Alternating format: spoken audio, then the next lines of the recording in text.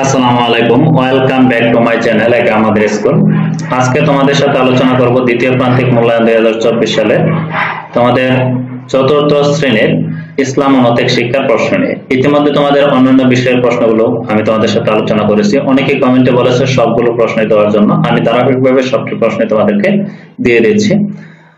তোমাদের যারা এই ভিডিওটি দেখছো তারা অন্যান্য প্রশ্নগুলো পাওয়ার জন্য এই ভিডিওর আই বাটন অথবা তোমরা প্লে লিস্টে গিয়ে তোমরা অন্যান্য ভিডিওগুলো দেখে নিতে পারো। আর যারা টিচার অথবা যারা পিডিএফ ফাইলগুলো প্রয়োজন তারা অবশ্যই কমেন্টে আমাকে নোট দিবা, তাদেরকে আমি পিডিএফ ফাইলগুলো দিয়ে দেব।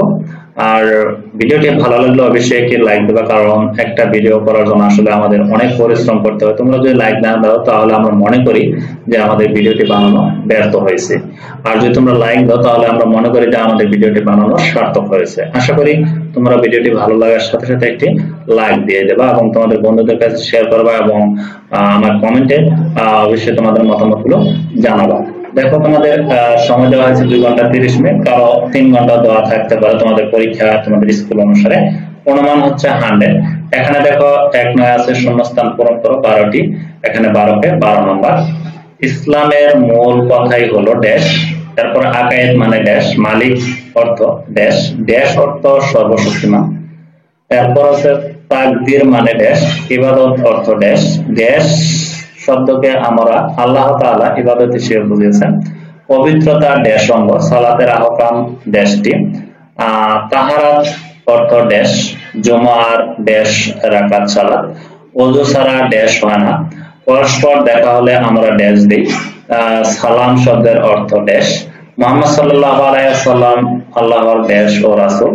ডান পাশের শব্দগুলো দিয়ে বাম পাশের শব্দগুলোর সাথে মিল করা। এখানে কিছু বাম পাশে কিছু শব্দাংশ দেওয়া থাকবে বাক্যাংশ, এবং ডান পাশে কিছু বাক্যাংশ দেওয়া থাকবে। এই বাম পাশের বাক্যাংশের সাথে ডান পাশের বাক্যাংশগুলো তোমাদের মিল করতে হবে। এরপর এখানে তোমাদের 10 নাম্বার দেওয়া হবে। এরপর তোমাদের দেখো 3 নয় আছে সংক্ষিপ্ত দাও যে কোনো 15টি, এখানে 15টির অধিক প্রশ্ন দেওয়া থাকবে, তোমাদের এখানে 15টির আনসার করতে হবে। এখানে দেখো 6 নাম্বার ঈদের দিনের সুন্নত কাজগুলো কি কি। এখানে প্রত্যেকটা মান হচ্ছে 2 করে, 15 দুগুণে 30 নাম্বার। তাহারাত সম্পর্কে নবী সাল্লাল্লাহু আলাইহি ওয়াসাল্লাম কি বলেছেন। এরপর দেখো যে 5 ওয়াক্ত সালাতের নাম লিখো, ওযুর 2টি সুন্নতের নাম লিখো, গোসলের 2টি ফরজের নাম লিখো, ইবাদত অর্থ কি, মাগরিবের নামাজের ওয়াক্ত কখন শুরু হয় এবং কখন শেষ হয়, আল্লাহর 3টি গুণের নাম লিখো, সর্বশেষ নবীর নাম কি, আসমানি কিতাব কয়খানা, ছোট কিতাবকে কি বলা হয় বলেন, প্রসিদ্ধ ফেরেশতা কয়জন, ইমানে মুফাসসালে কয়টি বিষয়ের উপর ঈমান আনার কথা বলা হয়েছে, কালিমা শাহাদাত অর্থ কি, কালিমা শাহাদাতের কয়টি অংশ। এরপর তোমাদের 4 নম্বরে যে প্রশ্নটি থাকবে নিচের প্রশ্নগুলোর উত্তর দাও। যে কোনো 6টির অধিক প্রশ্ন দেওয়া থাকবে, প্রত্যেকটা মান হচ্ছে 8 করে, 48।